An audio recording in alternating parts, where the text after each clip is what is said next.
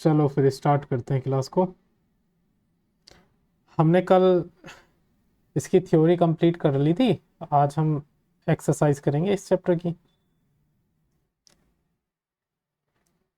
और ये रहा फर्स्ट क्वेश्चन।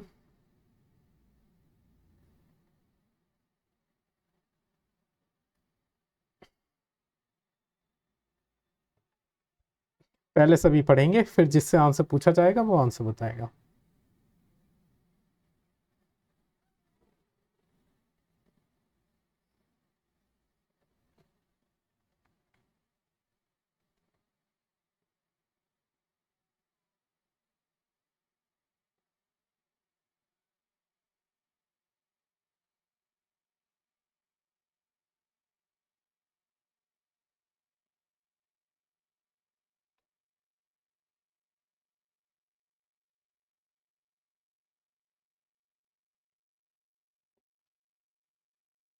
चलो भी क्वेश्चन नंबर फर्स्ट। नमस्ते।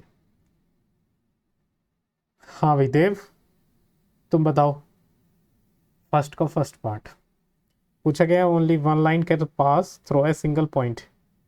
क्या केवल एक सिंगल पॉइंट से एक सिंगल लाइन ही पास हो सकती है? ट्रू है या फॉल्स? फॉल्स। रीजन? अगर कोई भी एक सिंगल पॉइंट है तो इससे इनफाइनाइटली मैनी लाइंस पास हो सकती है ना। बहुत सारी लाइंस इस पॉइंट से पास हो सकती हैं। ठीक है, चलो समझ में आ गया होगा। ठीक। हाँ भाई तारन, तुम बताओ क्वेश्चन नंबर सेकेंड।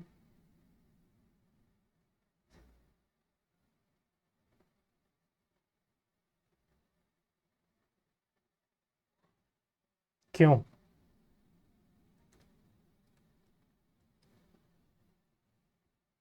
हाँ, अगर अपने पास दो पॉइंट हैं तो दो पॉइंट से कितनी लाइंस पास हो सकती हैं? तो अगर हम इसको ड्रॉ भी करने की कोशिश करेंगे तो इन दो पॉइंट से केवल एक ही लाइन पास हो सकती है। सही है, दो पॉइंट से केवल और केवल एक ही लाइन पास हो सकती है, उससे ज़्यादा लाइन पास नहीं हो सकती। चलो, तो ये भी फॉल्स हो जाएगा। प्रशांत तुम बताओ भी, थर्ड।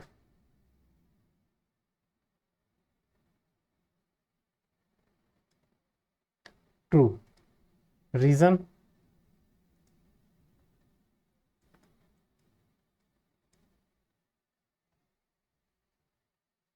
एक्सप्लेन करो इसको थोड़ा।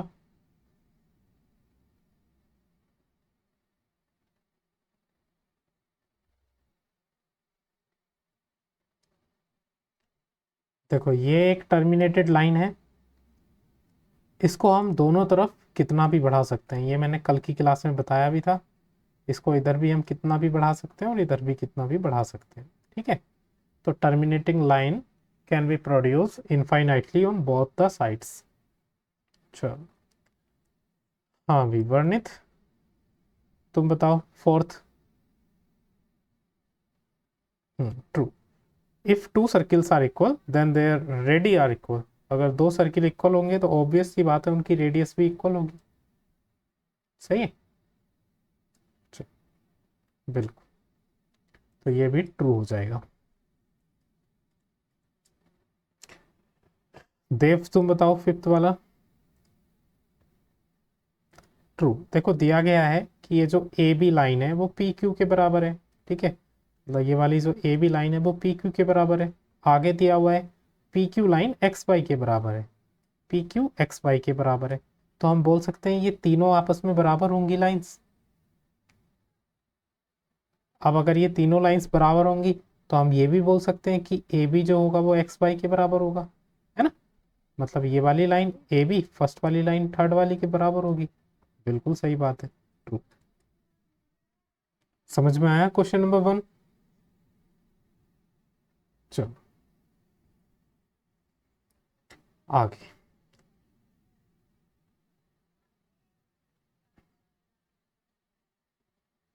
मैं पूरा क्वेश्चन नंबर टू ही लिख लेता हूँ एक साथ।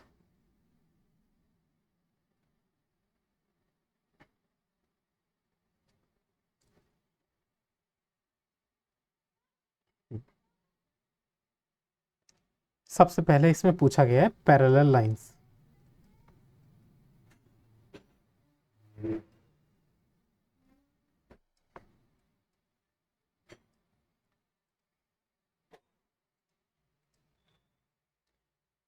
बताओ क्या होती हैं parallel lines?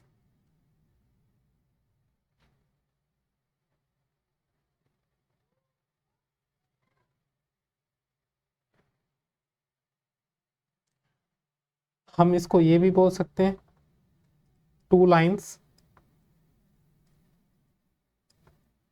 Having no common point, जिनका कोई भी कॉमन पॉइंट ना हो।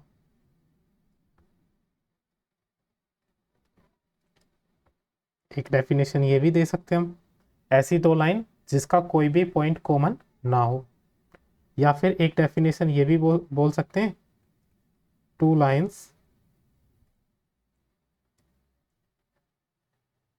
Having constant distance between them. ऐसी दो लाइन जिनके बीच में जो डिस्टेंस हो वो हमेशा ही कांस्टेंट हो, मतलब उनके बीच की डिस्टेंस कभी भी इंक्रीज या डिक्रीज ना हो। सही है। जैसे अगर इन दो लाइन के बीच में यहाँ पे डिस्टेंस की बात करेंगे, तो यहाँ पे इन दोनों लाइंस के बीच में डिस्टेंस अगर देखी जाए, तो यहाँ पे जितनी डिस्टेंस होगी वही डिस्टेंस आगे भी होगी। मान लो अगर यहाँ पे इन दोनों के बीच का डिस्टेंस का गैप 2 सेंटीमीटर है, तो आगे चल के कहीं भी अगर हम डिस्टेंस देखेंगे इन दोनों के बीच की, तो हमेशा ही वो 2 सेंटीमीटर हो। इसका मतलब डिस्टेंस हमेशा कांस्टेंट हो। तो इन दोनों लाइंस को हम बोल देंगे क्या? Parallel lines. समझ में आया?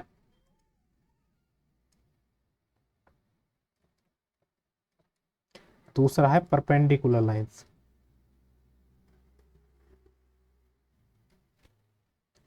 कौन बताएगा परपेंडिकुलर लाइंस की डेफिनेशन? बताओ।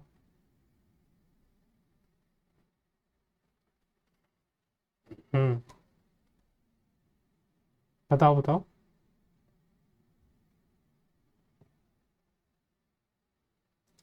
हाँ, लाइंस विच इंटरसेक्ट या which makes 90 degree angle with each other. जो लाइंस 90 डिग्री का एंगल बनाती है एक दूसरे के साथ, मान लो एक लाइन ये है और एक दूसरी लाइन ये है, तो ये 90 डिग्री का एंगल बना रही है इसके साथ, तो ये दोनों लाइंस कैसी हो जाएंगी? Perpendicular lines.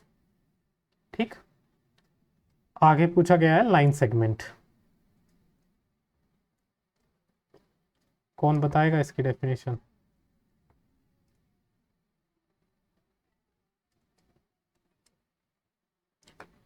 चलो तारण तुम बताओ।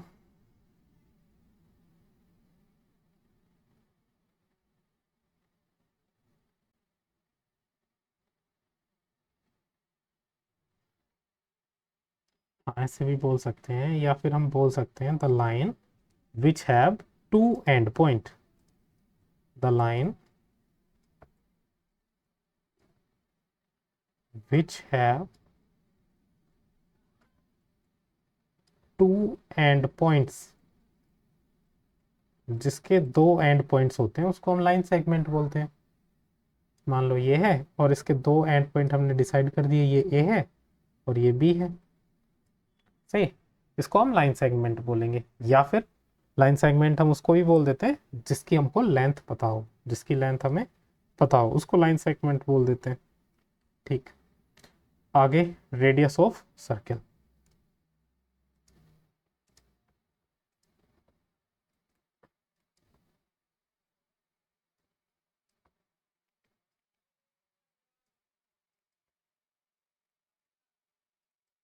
रेडियस ऑफ सर्कल कौन बताएगा? हाँ बताओ।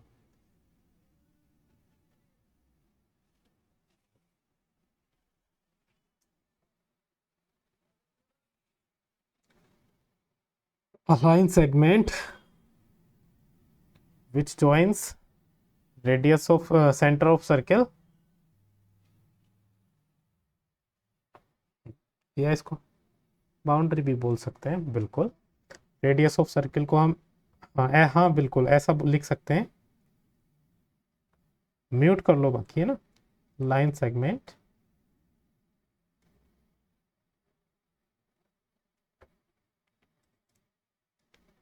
from center of circle to boundary of circle।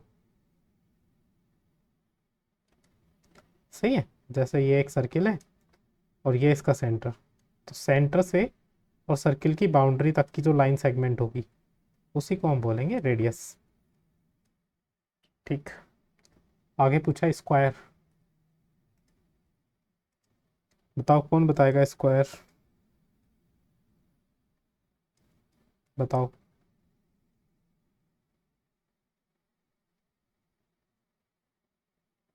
Hmm,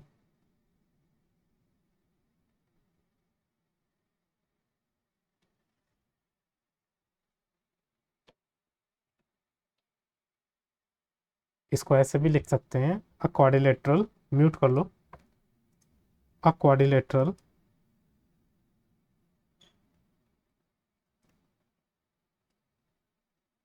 having all equal sides and each 90 degree angle. जिसकी सारी साइड्स इक्वल होती हैं और हर एक एंगल कितना होता है 90 डिग्री का, उसको हम स्क्वायर बोल देते हैं। इस तरीके से ये स्क्वायर है। समझ में आई ये टर्म्स? डेफिनेशन आ जाती है, एग्जाम में पूछ ली जाती है। तो सारी डेफिनेशंस क्लियर हैं? चलो, अभी क्वेश्चन नंबर 3 में छोड़ रहा हूं, क्वेश्चन नंबर 4।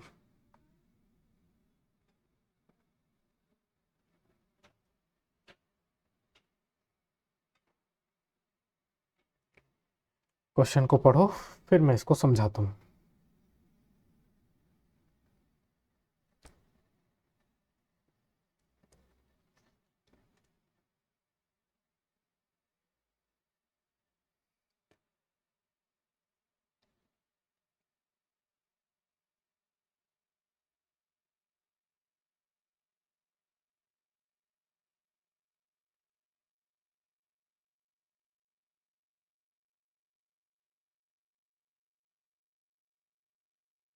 देखो इसमें दिया हुआ है, पहले ये फिगर बना लेते हैं।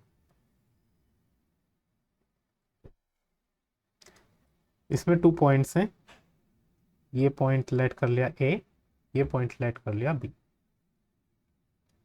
दिया हुआ है C lies between 2 points A and B, और सी बिल्कुल इसके बीच में लाई कर रहा है। सही है, ये पॉइंट है सी। ठीक है, चलो आगे पूछा गया है, प्रूफ करना है हमें then A C equals to 1/2 A B. मतलब ये वाली जो साइड है ए सी, वो पूरी ए बी साइड का हाफ है। ठीक है, कैसे करेंगे? अब हमको पता है कि सी मिड पॉइंट है। सी क्या है? C is mid point of A C, sorry A B. ठीक है, तो हम बोल सकते हैं कि जो ए सी होगा वो किसके इक्वल होगा? बी सी के इक्वल होगा। इतनी बात समझ में आई? बताओ भाई। अब हमने एक पोस्टुलेट पढ़ा था कि अगर हम किसी इक्वेशन में सेम चीज ऐड करें या सेम चीज सब्ट्रैक्ट करें तो इक्वेशन में कोई भी फर्क नहीं पड़ता। अगर मैं इस इक्वेशन में दोनों तरफ ए सी को ऐड करूं, है ना, दोनों तरफ ए सी को अगर ऐड करें, इधर भी ए सी ऐड कर दिया और इधर भी ए सी हमने ऐड कर दिया, तो कोई भी फर्क नहीं पड़ेगा। पढ़ रखा है हमने अभी। ठीक है, इधर ए सी प्लस ए सी कितना हो जाएगा? ये हो जाएगा 2AC। और इधर जब हम बी सी और ए सी को ऐड करेंगे तो ये पूरी लाइन आ जाएगी, जिसको हम ए बी बोल सकते हैं। और यहाँ से अगर ए सी की वैल्यू निकाली जाए तो ये 2 इधर चला जाएगा, 1/2 हो जाएगा, इंटू ए बी हो जाएगा। हो गया भाई प्रूफ? आया समझ में? सिंपल था, ये चैप्टर ही सिंपल है, बस इसमें से जो जो मैं क्वेश्चन करा रहा हूँ वो ही आएंगे, बस 2 क्वेश्चन हो रहे हैं इसमें, और डेफिनेशंस, एक तो क्वेश्चन इस चैप्टर से पूछे जाते हैं बस। कौन सा बताना है एक बार और, बताओ इसमें क्या समझ नहीं आया, बताओ। 2AC कहाँ से आ गया, देखो एक AC ये है, एक AC ये है, जब AC को 2 बार ऐड करेंगे तो 2AC आ जाएगा नहीं, तो बस यहीं से आया ये 2AC। ये 2AC लिख रहे हैं, नहीं 2 बार AC AC लिख रहे हैं, ऐसे भी पढ़ सकते हो उसको, तो ये 2AC लिख दिया हमने। चलो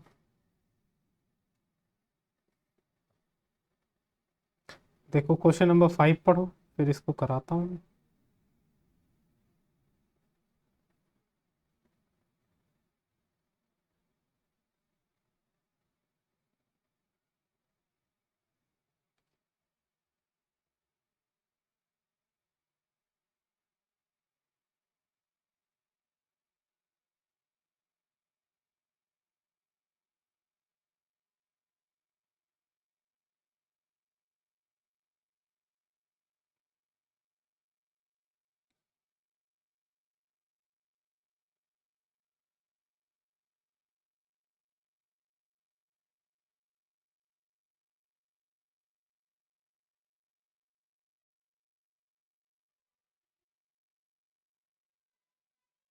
देखो क्वेश्चन नंबर 4 में ही दिया हुआ है इसमें, कि अगर क्वेश्चन नंबर 4 में ही मान लो ये एक लाइन है ना AB, क्वेश्चन नंबर 4 में ये AB था और C मिड पॉइंट था इसमें, सही है, ये C इसका मिड पॉइंट। तो इसमें प्रूफ करना है, proof that every line segment has one and only one mid point. हमें प्रूफ करना है कि कोई भी लाइन सेगमेंट हो उसका केवल एक ही मिड पॉइंट होता है। ठीक है, प्रूफ करते हैं। प्रूफ करने के लिए हमने मान लिया कि इसका एक मिड पॉइंट हो रहा है जिसको हम डी लेट कर लेते हैं, सही है, let C and D are mid point. हमें प्रूफ करना है क्या, कि किसी भी लाइन का एक ही मिड पॉइंट होता है। कैसे प्रूफ करेंगे, हम मान लेंगे कि इस लाइन के 2 मिड पॉइंट है, और जो हमने माना है इसी बात को गलत प्रूफ कर देंगे। तो अगर 2 मिड पॉइंट नहीं हो सकते तो इसका मतलब तो यही होगा कि एक ही मिड पॉइंट है। समझ में आया कैसे करेंगे, हम इस लाइन के 2 मिड पॉइंट अपनी तरफ से मान लेंगे और फिर इसी बात को गलत प्रूफ कर देंगे। ठीक, तो हमने मान लिया कि इस लाइन के 2 मिड पॉइंट हैं C एंड D। ठीक, अब अगर 2 मिड पॉइंट हैं तो सबसे पहले अगर मैं C मिड पॉइंट की बात करूं, सबसे पहले अगर C मिड पॉइंट की बात करें, है ना, जो C है मिड पॉइंट, तो अगर C मिड पॉइंट है तो मुझे ये बताओ कि जो AC होगा वो CB के बराबर होगा, अगर C मिड पॉइंट है। ये बात तो क्लियर है पिछले क्वेश्चन में। ठीक है, अब अगर हम दोनों तरफ इसमें AC ऐड कर दें ना, दोनों तरफ AC ऐड कर दें, मतलब अभी तक पिछले वाले क्वेश्चन की तरह ही कर रहे हैं, तो ये तो हो जाएगा 2AC, और इधर हो जाएगा ये जब CB और AC को ऐड करेंगे, है ना, तो ये पूरी लाइन आ जाएगी जिसको हम AB बोल देंगे। तो यहाँ से AC की वैल्यू कितनी आ जाएगी, 1/2 इंटू AB। ठीक है, अभी तक ही हमने पिछला वाला क्वेश्चन किया है यहाँ तक। अब अगर हम लेट कर लें कि D है इसका मिड पॉइंट, है ना, अगर D इसका मिड पॉइंट है तब क्या होगा, तो जो डिस्टेंस A से D तक की होगी वही डिस्टेंस D से B तक की होगी। मिड पॉइंट का तो यही होता है ना, मिड पॉइंट तो कि किसी भी लाइन को 2 इक्वल पार्ट्स में तोड़ देता है। अगर D मिड पॉइंट है तो जो A से D तक लाइन होगी वो इक्वल होगी D से B तक। इसमें भी अगर हम दोनों तरफ AD को ऐड कर दें, दोनों तरफ हम इसमें AD को ऐड कर रहे हैं, तो इधर ये 2AD हो गया, और जब हम सॉरी इसको AD और AD और DB को ऐड करेंगे तो ये पूरी लाइन आ जाएगी AB। तो यहाँ से हम बोल सकते हैं कि AD कितना हो जाएगा, 1/2 इंटू AB। यहाँ तक क्लियर है, ये इस लेट अस सपोज इक्वेशन 1, ये इक्वेशन 2।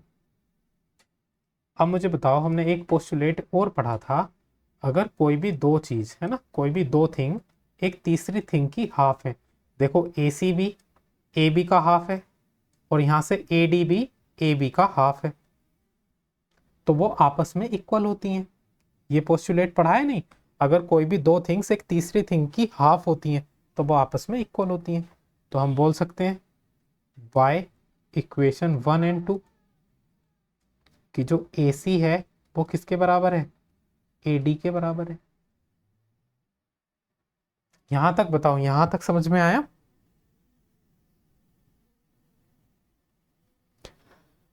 अगर यहां तक समझ में आया तो मुझे ये बताओ कि ए सी ए डी कब पॉसिबल है। अरे जो डिस्टेंस ए से सी तक की है वही डिस्टेंस ए से डी तक की है। ये तो तभी पॉसिबल है ना जब सी और डी सेम ही पॉइंट हो। सी और डी जब एक ही पॉइंट होंगे तभी तो ये पॉसिबल है ना कि ए से जो डिस्टेंस सी तक की है वही ए से डिस्टेंस डी तक की होगी। ये तो तभी पॉसिबल है जब दोनों पॉइंट एक ही जगह होंगे। तो हम लिख सकते हैं hence it is only possible when C and D, या ऐसे लिखो when point C and point D lie in same place। समझ में आया? अब अगर ये सी और डी एक ही पॉइंट पर अगर लाई करेंगे इस लाइन पर, तो मिड पॉइंट भी तो एक ही होगा, चाहे उसको सी बोल दो या डी बोल दो। तो हम बोल सकते हैं कि हाँ, so every line has only one mid point. So every line has only one mid point.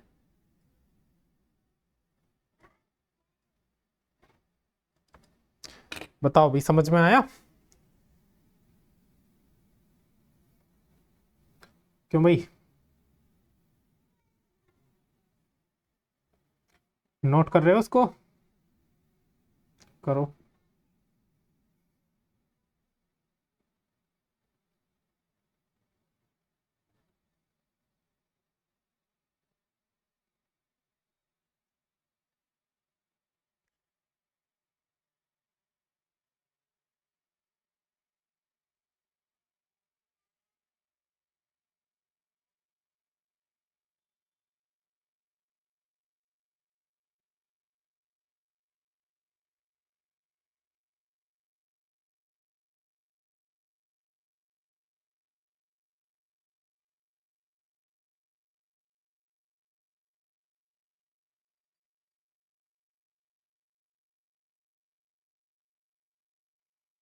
बता देना जब नोट हो जाए।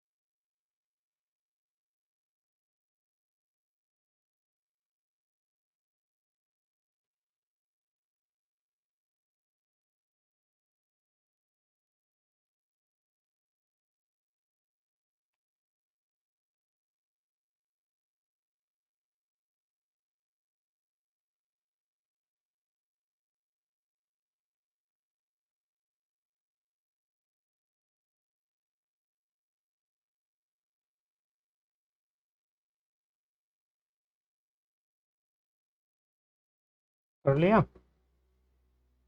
चलो, ये रहा क्वेश्चन नंबर 6।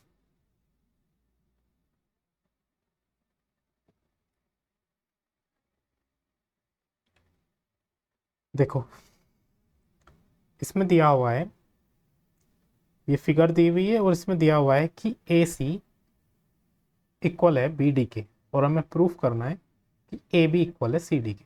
सिंपल सा प्रूफ है, इंपॉर्टेंट क्वेश्चन है, ध्यान रखना, पूछ लिया जाता है एग्जाम में। ठीक, तो देखो इसका सॉल्यूशन देखो। इस चैप्टर के सारे ही क्वेश्चंस बहुत इजी हैं और बहुत ही छोटे छोटे हैं। ठीक है, जो हमें इसमें गिवन है, क्या गिवन है, जो ए सी है वो इक्वल है बी डी के, ये हमको गिवन है।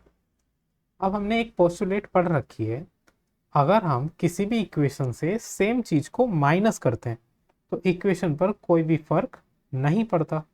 तो अगर मैं दोनों ही तरफ से बी सी को माइनस कर दूं, मैंने बी सी को ही क्यों माइनस करा, क्योंकि देखो जब हम ए से सी तक को मीजर करेंगे तो ए से सी तक के बीच में भी बी से सी तक की डिस्टेंस आएगी, और जब हम डी से बी तक को मीजर करेंगे तब भी इनके बीच में ये कॉमन डिस्टेंस बी सी आएगी। सही है, तो इसलिए मैंने ये कॉमन डिस्टेंस को माइनस कर दिया। ठीक, तो जब हम ए सी में से, ये यहाँ से यहाँ तक ए सी है, जब इसमें से हम बी सी मतलब इतना पार्ट माइनस कर देंगे तो यही तो पार्ट बचेगा, और इस पार्ट को हम क्या बोलेंगे, ए बी। तो ए सी में से जब बी सी माइनस करेंगे तो क्या बचेगा अपने पास, ए बी। वैसे ही इधर देखो, जब हम बी डी, बी डी कहाँ से कहाँ तक का पार्ट है, यहाँ से यहाँ तक का पार्ट है, ये बी डी, इसमें से अगर यहाँ तक का पार्ट माइनस कर दिया, ये वाला पार्ट माइनस कर दिया बी सी, तो कौन सा पार्ट बचा, केवल यहाँ से यहाँ तक का, जिसको हम क्या बोलेंगे, सी डी। तो A B equals to C D आ गया, यही हमें प्रूफ करना था, हेंस प्रूव्ड। आ गया भाई समझ में।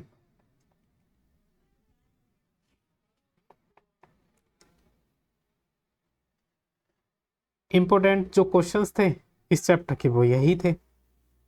सही है, बाकी एक क्वेश्चन बचता है इसमें, क्वेश्चन नंबर 7।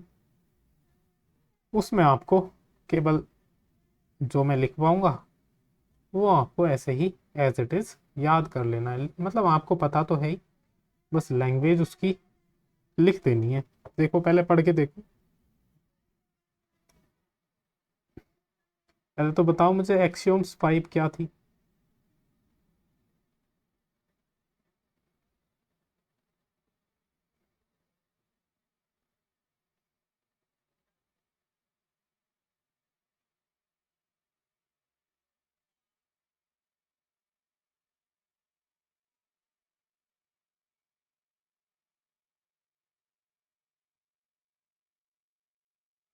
ये थी अपनी axiom 5, the whole is greater than the part.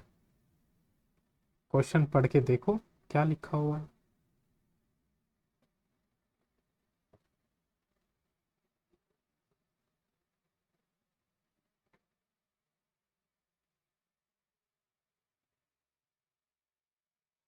Question में लिखा हुआ है, why is axiom 5 in the list of Euclid's axioms consider as universal truth.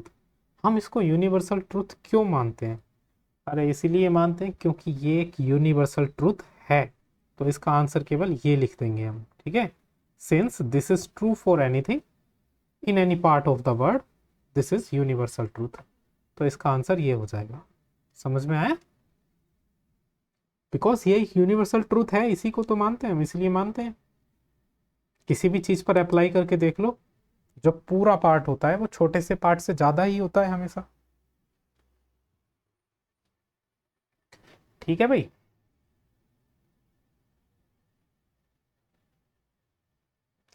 एक क्वेश्चन और छुड़वाया था मैंने इसमें, क्वेश्चन नंबर 3।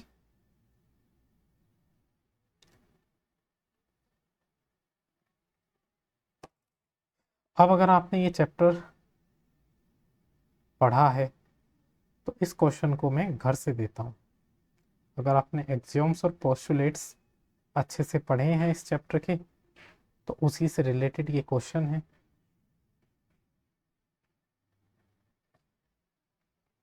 और ये क्वेश्चन रहेगा आपके लिए होमवर्क से। ठीक है।